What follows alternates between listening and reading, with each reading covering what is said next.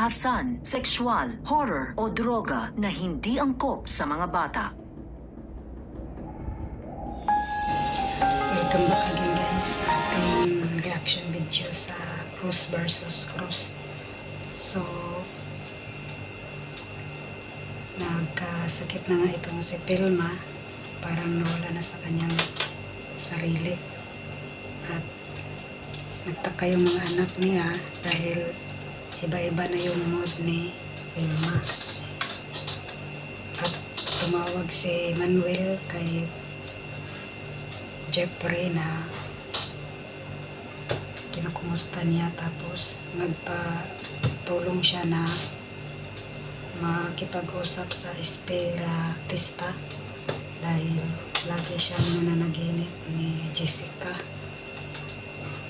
Gusto niyang malaman kung ano ang ipahiwatig ni Jessica, bakit lagi itong naghingi ng tawad sa kanya at ang kanyang mami.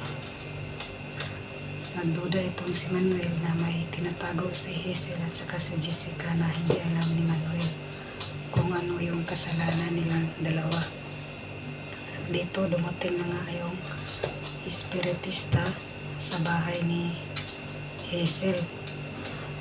At wala si Hazel doon dahil umalis, may pasyente na pinuntahan, kaya yung kaibigan na lang niya ang pinapapunta sa bahay upang bantayan si Manuel.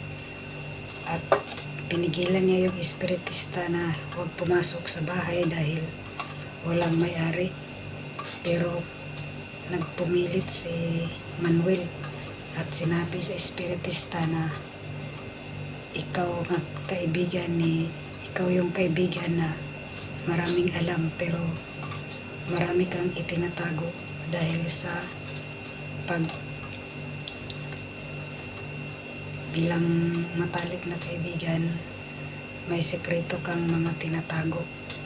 Kaya hindi naka-mix ang kaibigan ni Hazel, kaya nakapasok itong espiritista at nag-uusap na sila ni Manuel at nagsimula na yung pagtawag nila kay Jessica.